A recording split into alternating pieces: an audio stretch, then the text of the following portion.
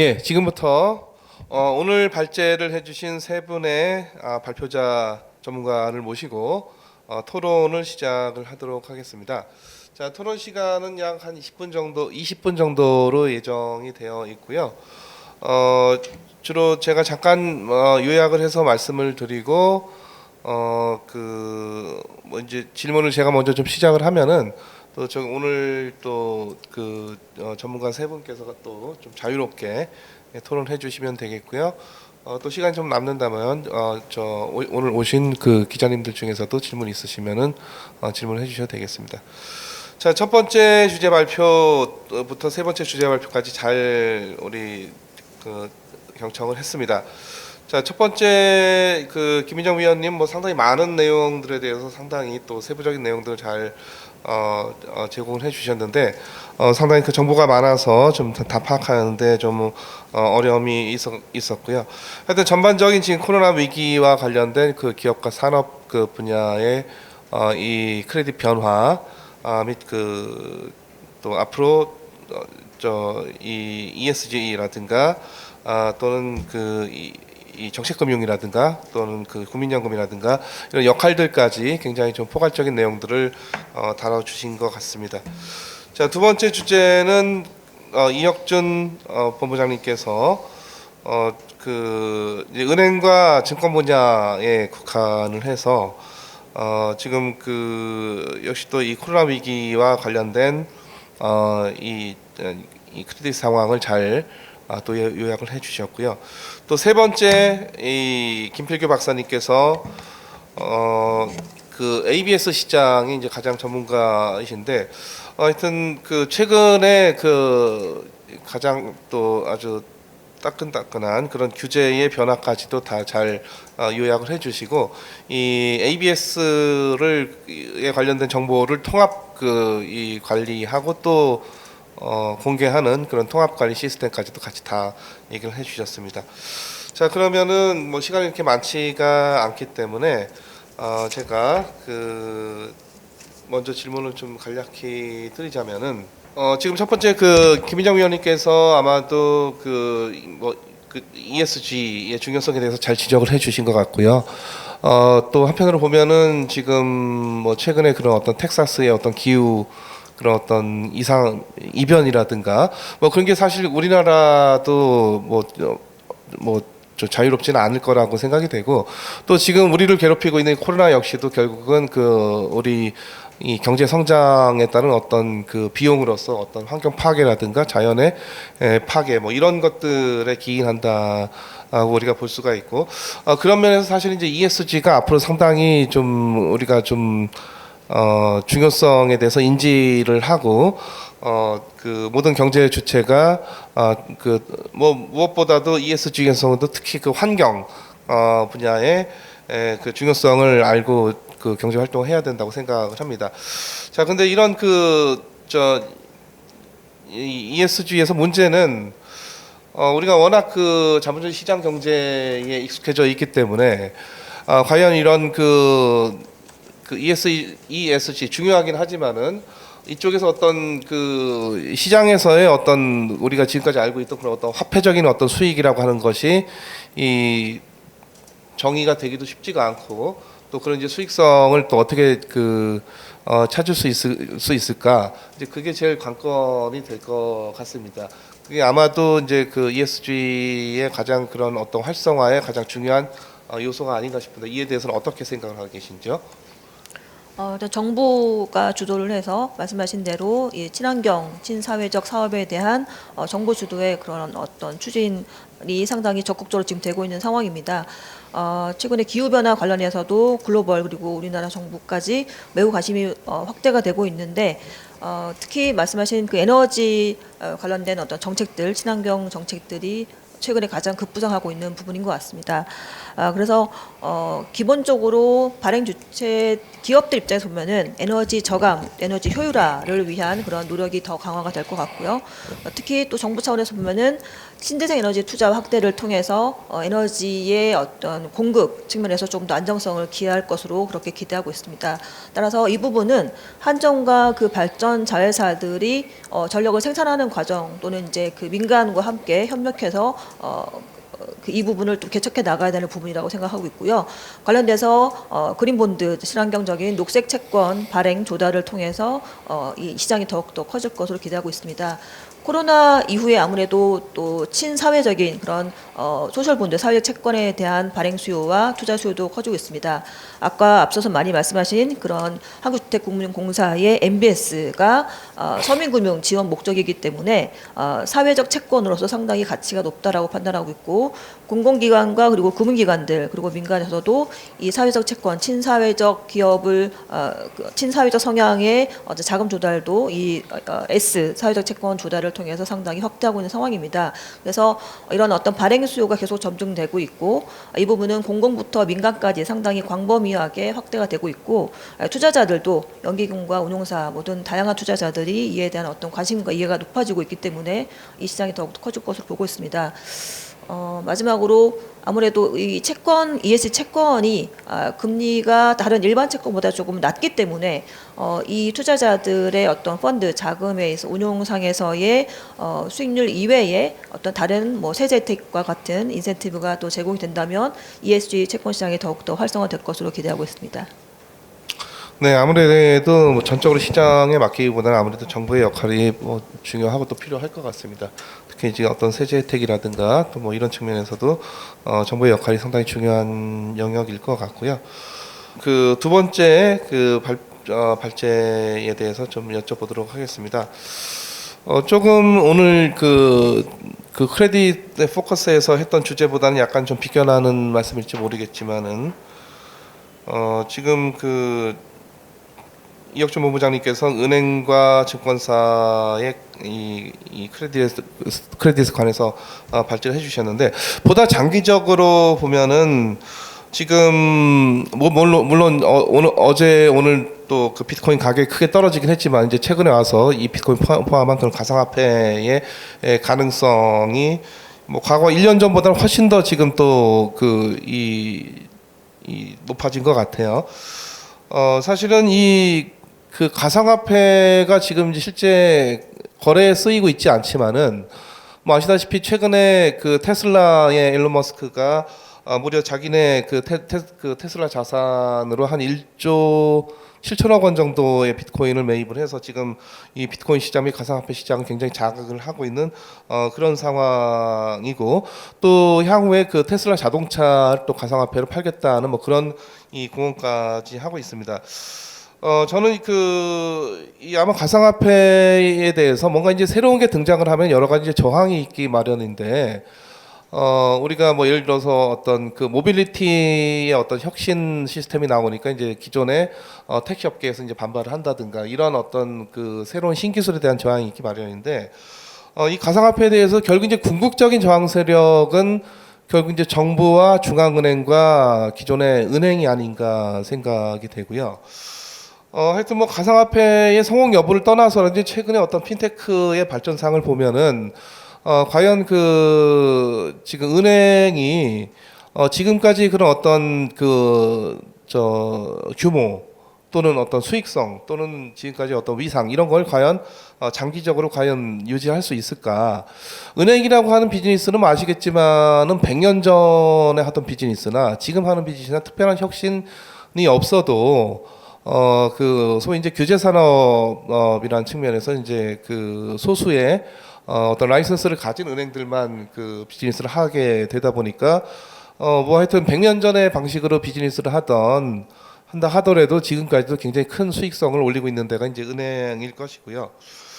그것에 비해서는 이런 어떤 좀 혁신적으로 변화해가는 이런 어떤 경제 환경 또는 금융 환경에 보다 은행보다는 증권사가 조금 더 빨리 적응해 오지 않았나 싶은 면이 있고, 그러니까 지금 인터넷 은행은 비즈니스가 되겠지만은 인터넷 증권사라고 하는 거는 사실 좀 상당히 물론 이제 그 개인들의 그 증권 거래를 중개하는 거 이것만 한다면은 인터넷 증권사가 되겠지만은 기타 그 증권사의 또 다른 업무라 할 수 있는 어떤 자기자본 투자라든가 또는 어떤 기업금융 업무라든가 이런 것들 감안하면은 그 인터넷 증권사 순전히 인터넷만으로 돌아가는 증권사는 상상하기가 굉장히 어렵거든요.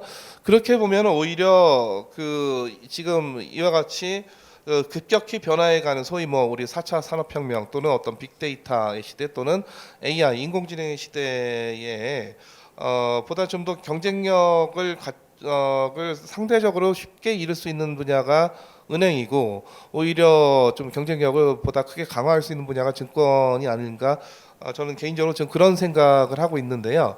이혁주 본부장님께서는 어떻게 좀 보시는지요? 예, 답변 드리겠습니다. 은행은 최근 한 10년 동안 굉장히 지속적으로 도전을 많이 받아온 산업입니다.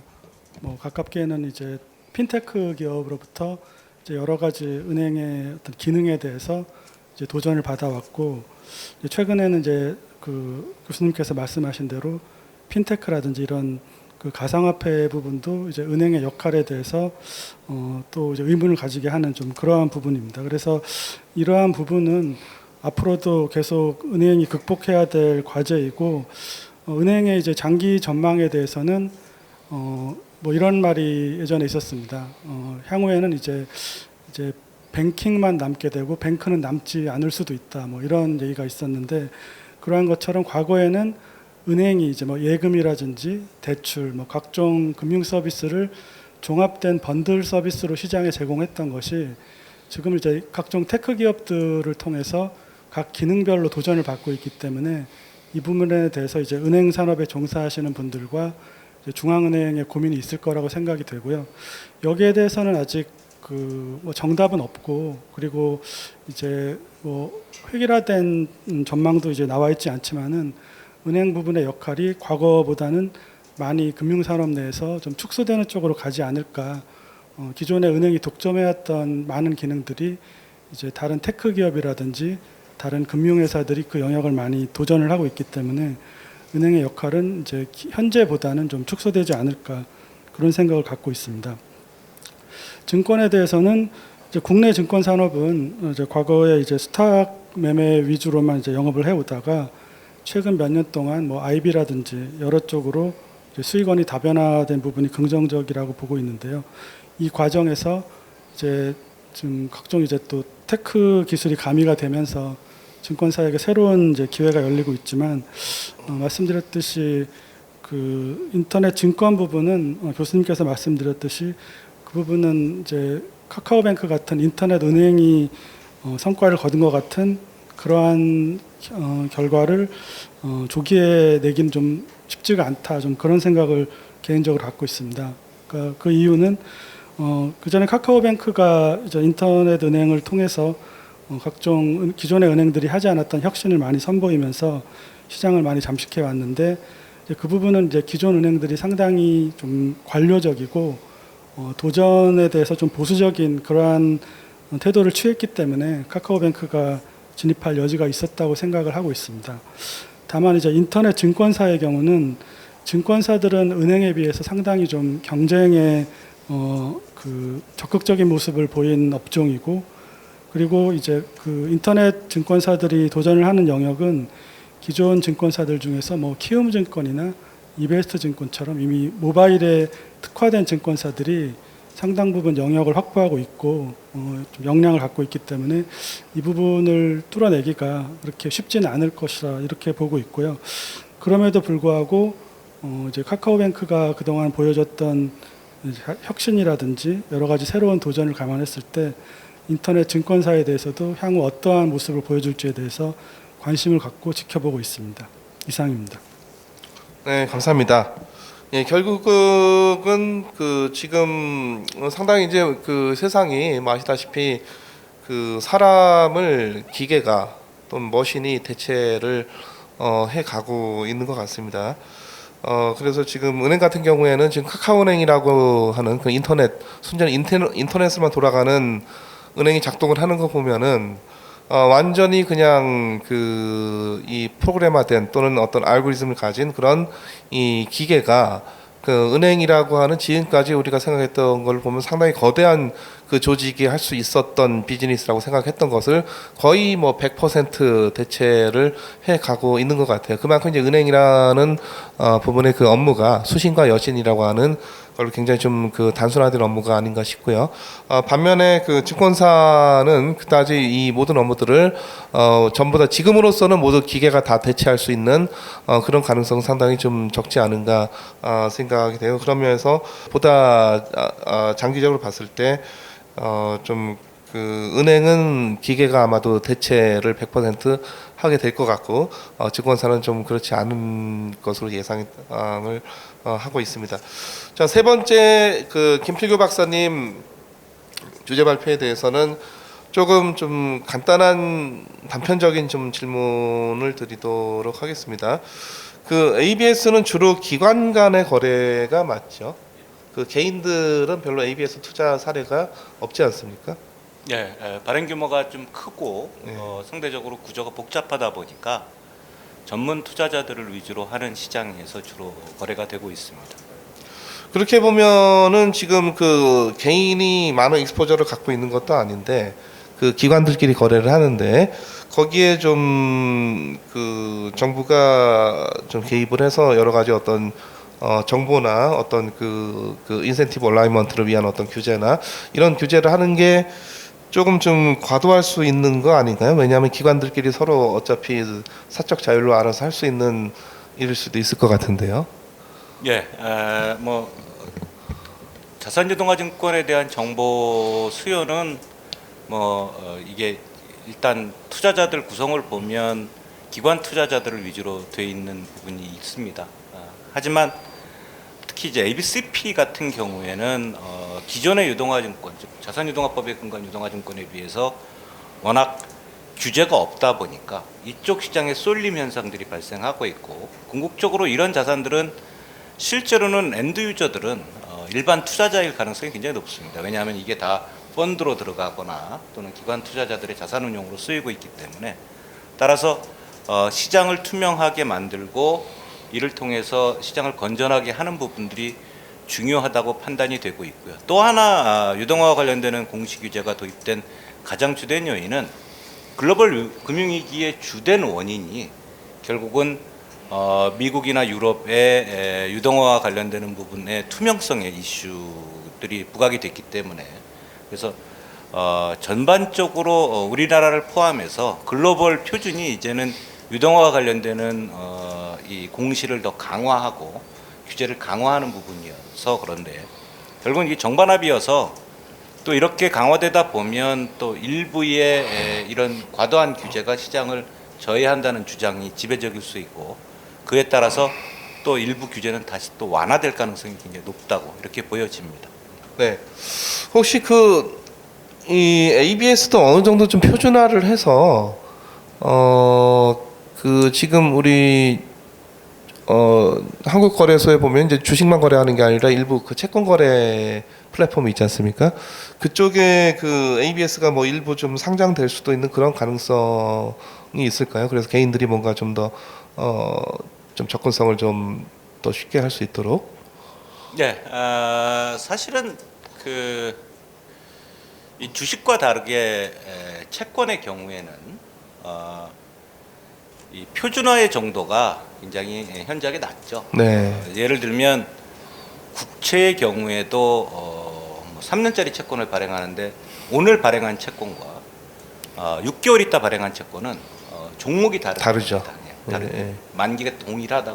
그래서 이제 사실은 발행 볼륨을 높이고 표준화시키기 위해서 국채 같은 경우에는 펀저블이라는 개념을 도입을 해서 어느 시기에 발행돼도 만기를 일치시키는 이런 구조를 통해서 이제 유통을 활성화시켰는데 지금 이제 KRX에서 거래되는 그 채권은 회사채는 거의 거래가 되지 않고 있고 주로 국채 중에서도 지표물이라고 네. 해서 발행한 지 얼마 안 되는 네. 채권들만 주로 거래가 되고 있죠.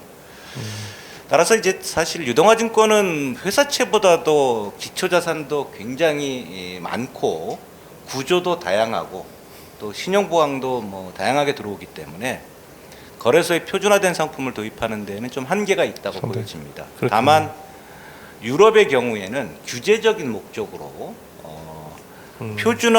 표준화되고 그러니까 이제 STS 운동하라 그래서 투명하게 표준화된 이런 자산들의 경우에는 규제를 좀 경감해주는 제도는 도입을 하고 있습니다. 다만 이게 일반 투자자를 대상으로 실제 거래소 같은 데에 거래가 되기에는 조금 한계가 있는 상품이 아닌가 하는 생각은 듭니다. 예, 이상입니다. 예. 예, 역시 또 전문적인 좋은 말씀 감사합니다. 예, 그러면은 좀 시간이 다 돼서 자, 우리 그 두 번째 시간 우리 그 세 분 발표자 전문가님들로 모시고 그 토론과 질의 응답하는 시간을 마치도록 하겠습니다. 예, 감사합니다.